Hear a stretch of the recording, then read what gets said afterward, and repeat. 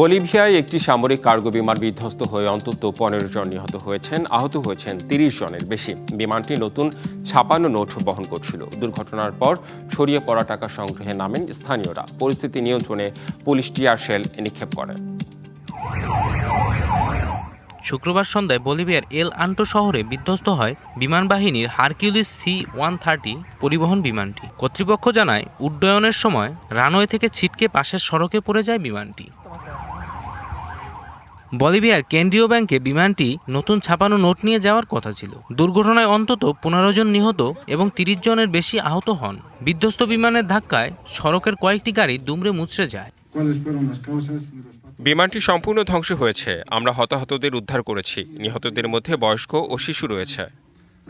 দুর্ঘটনার পর বিমানে থাকা নতুন ছাপানো নোট সড়কে ছড়িয়ে পড়ে। সেই টাকা সংগ্রহ করতে শত শত মানুষ ঘটনাস্থলে জড়ো হন। পরিস্থিতি নিয়ন্ত্রণে পুলিশ টিয়ার গ্যাস নিক্ষেপ করে এবং লাঠিচার্জ করে ভিড় ছত্রভঙ্গ করে। এই অর্থ এখনও বৈধ মুদ্রা নয়। এতে কোনো সিরিয়াল নম্বর নেই। এগুলো ব্যবহার করার চেষ্টা করা আইনত অপরাধ। বলিভিয়ার বিমান বাহিনী জানিয়েছে, দুর্ঘটনার কারণ জানতে তদন্ত বোর্ড গঠন করা হয়েছে। খারাপ আবহাওয়া ও রানওয়ে থেকে পিছলে যাওয়াকে প্রাথমিকভাবে সম্ভাব্য কারণ হিসেবে দেখা হচ্ছে। Joy Roy, DBC news desk. Colour expert dark স্যাপ এবং মাইল্ড অন হ্যান্ডস টেকনোলজি সমৃদ্ধ অরিক্স অ্যাডভান্স ডিটারজেন্ট পাউডার আপনার লন্ড্রি এক্সপার্ট।